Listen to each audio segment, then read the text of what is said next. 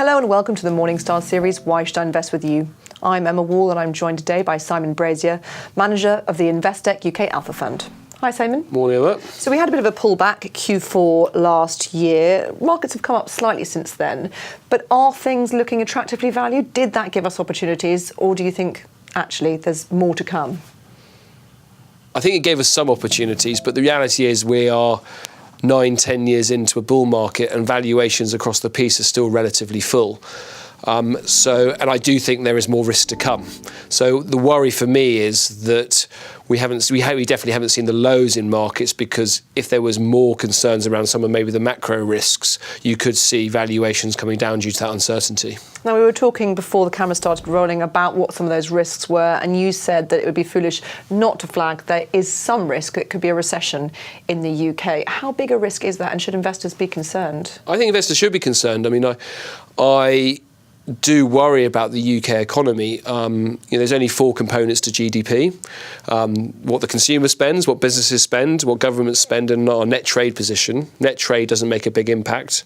Government has said that they're going to increase government investment spending, I think with one eye to where the economy could be, but also post-Brexit they want to make sure there is some stability in the economy from their point of view. But they can't do all the heavy lifting, and that's the point. 2/3 of UK GDP is the consumer, and about 20% is business investment, and business investment growth has just seen basically a year of negative growth, and that's no surprise to me. The reality is, longer term, the UK has to fund itself. We have the largest current account deficit in the G7. You have to fund that, and the reality is that was done previously via business investment and foreign direct investment, and Brexit has put that uncertainty in place.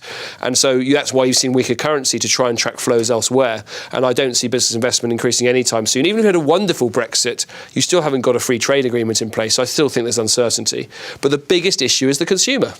And the consumer has been relatively well behaved. I mean, there's only 2 ways you can grow consumption in the UK. One is growing real wages, and one is increasing spending and reducing your saving.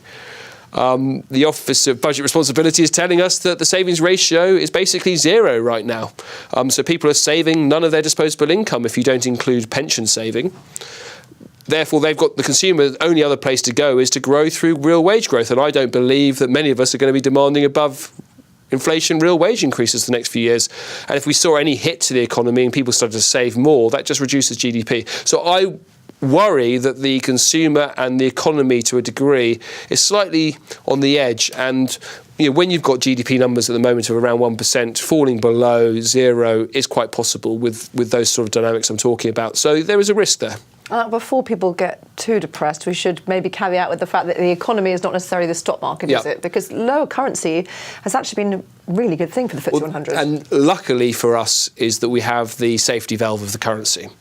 There are longer term implications about that, but the reality is if you see more stress around Brexit or even more stress in the economy, sterling will weaken. Less than 1/3 of UK revenues for companies comes from the UK, and it provides a big fillip to stock markets, and it is that safety valve. So, definitely, as I say to people, don't underestimate the UK stock market. We are the 3rd largest equity market in the world. We have wonderful corporate governance, some great global businesses, and for me, there's a lot of opportunity. It's very liquid. There you go. And we have many, both large and mid-cap stocks that longer term look quite attractive. So, but just be aware, I think, that there's been a lot of people saying, do you know what? The UK consumer, domestics are oversold. This is the biggest opportunity I've seen. I'm being a little bit more patient. Simon, thank you very much. Thank you. This is Emma Wall for Morningstar. Thank you for watching.